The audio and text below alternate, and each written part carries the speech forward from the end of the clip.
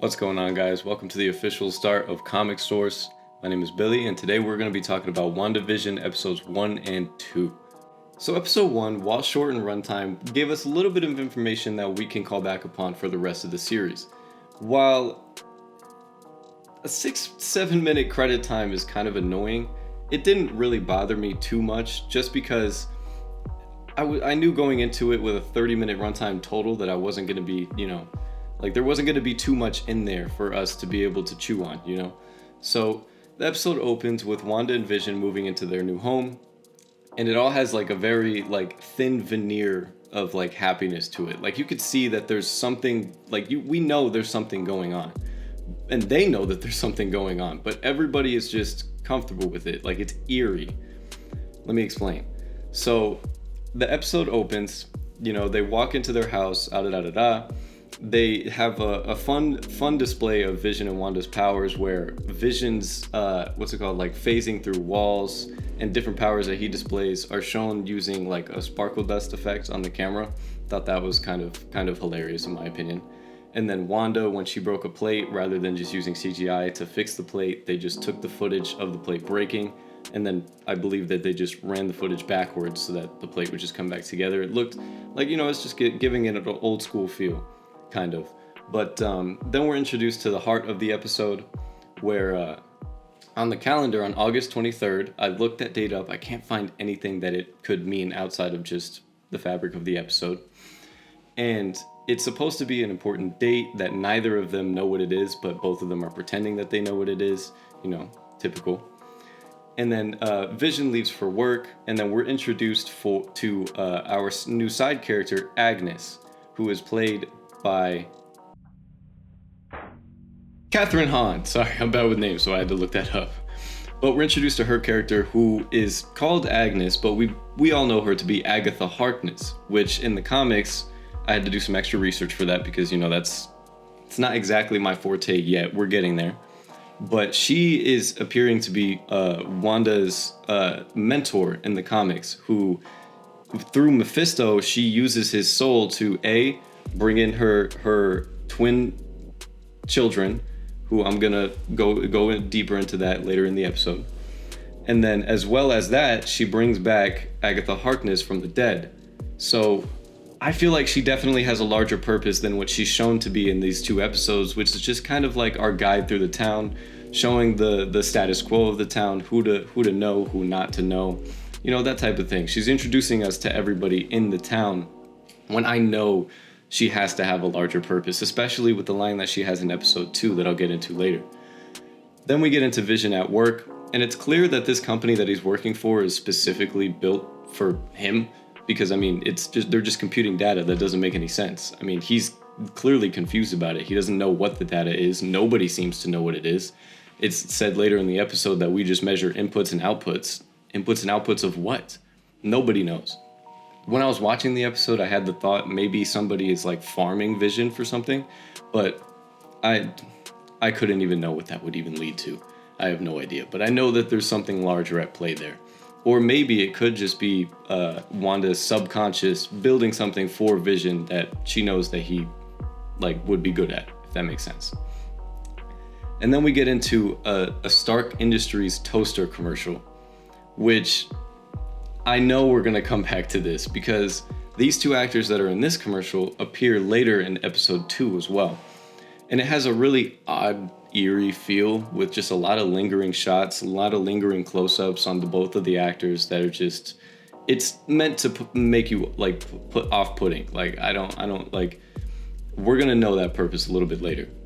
It possibly could be an homage to the Stark Industries bomb that killed her family, because the beeping on the toaster is kind of reminiscent of that, of a bomb or something like that. And then if you listen closely, when the toaster pops, it's actually the sound of Tony's arc reactor. So maybe that could be another subconscious thing where she knows Tony Stark. Obviously, he just passed away. No, he just died. So that could just be her subconscious. She has some form of PTSD from all of Infinity War and Endgame, and she could be just bringing that back out because it's Tony Stark. And then it says, forget the past, this is your future. Now, I have two things that could mean. That could be all the way back to the beginning with her family dying, and then her and her brother going to Strucker with the experiments that turned them both into mutants. Or it could be Infinity War and Endgame, where she lost vision, she lost everything, and then, this is now her future, the fabricated reality that she's created. I feel like the latter is the more of the likely, but we're gonna have a lot of fun figuring this one out. And then we get to the dinner. Now, this is what they were talking about with the anniversary date on the calendar. It comes to pass at work that it's actually it's a dinner with Vision's boss to see if he's gonna fit in at the company, right? So Wanda and Vision have no idea how they've gotten here, which is really creepy, because you would think that if Wanda is making this reality for herself, that she would be aware that it is a fabricated reality, right? So that's what makes me think that she could possibly she could be being manipulated by a larger force, maybe Mephisto, somebody else, who knows. It was just really creepy to see Mr. Hart just try and just get on them about where are you from, when did you get married, how did you get here, and they just have no idea. And then obviously that leads to Mr. Hart starting to choke, in which Mrs. Hart, played by Deborah Jo Rupp, stops that and starts yelling, "Stop it, stop it." But she is looking directly at Wanda. So I want to know if Deborah Jo Rupp's character and Mr. Hart are among a great many other people in this town that are actually real people that are stuck in there with them, and they're trying to get Wanda to stop it, if that makes sense. But moving on, as soon as he stops choking, or not stops choking, Vision saves his life, of course. Everything just snaps back to normal. Not even normal, cheery. Everybody's happy now, and it's a creepy switch. And then the Mr. Hart and Mrs. Hart leave, and then that's when we get the line from the trailer, "We are an unusual couple." And then that's when Wanda fashions some wedding rings for her and Vision, and then we get a credit reel within her universe that zooms out to an old TV that is on a setup for it's a sword member, and is he measuring some sort of magical output from this reality? Are they able to get a projection from her reality onto this TV? Is all of the reality within that fabricated, within the TV? Is it an actual plot of land that Wanda has set out for herself that she just changed, and Sword is monitoring it from the outside, and they have no idea what's going on and they want to get in? I'm lost. But I thought it was a really fun episode. I just want to know what Sword's involvement is. That's going to move us on to episode 2. So episode 2 opens with Wanda and Vision laying in bed. They're laying in two separated twin beds at the start of the scene that slowly ends up to them being together, and then she changes to a queen bed. But there is a very loud thudding coming from the outside that is, to the audience, it's kind of ominous, but to them, it's played off in kind of comedic relief, almost. And they don't really find out the source of it. It's the tree moving up towards the house, but why? Why is that happening? We don't know. But then that comedic relief turns into a kind of a hilarious romance where they get onto the covers, they're in The Sims. I thought that was kind of funny. But then that leads into, Vision leaving for work. And then a helicopter crashes in their front yard. And it's definitely a Sword helicopter. It's got a Sword logo on it. But let me explain my confusion. So the helicopter crashes, right? That obviously means that Sword is monitoring from the outside, and they've somehow managed to get this helicopter inside, but it's now transformed into a mini toy helicopter.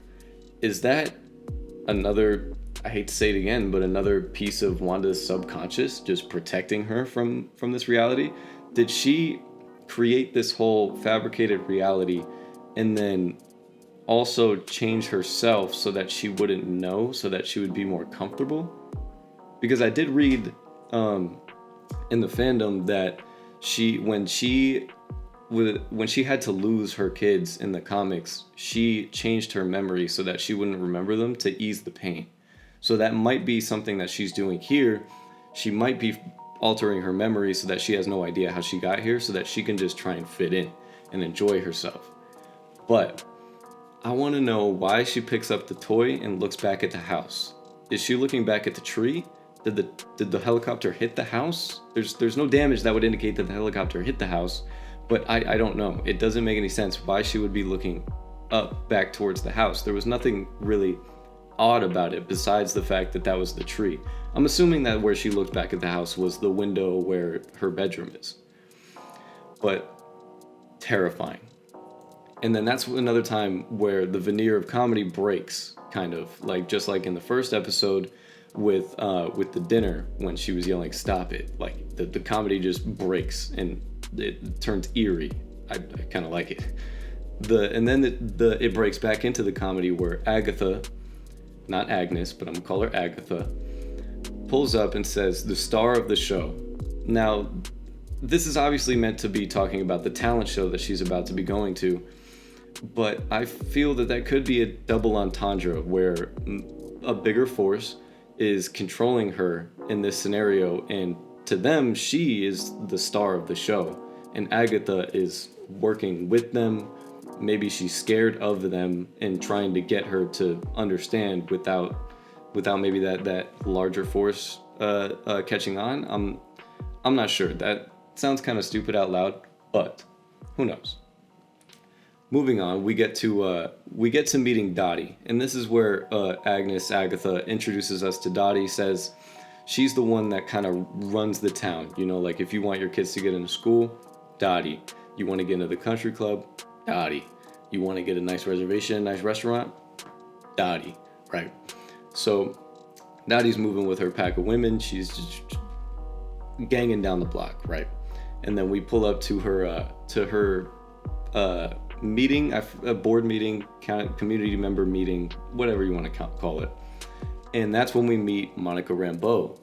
Now, Monica Rambeau is the younger girl that we met from Captain Marvel. We knew from the trailers and from casting calls that she was going to be in the show. We just didn't know where she was going to be introduced.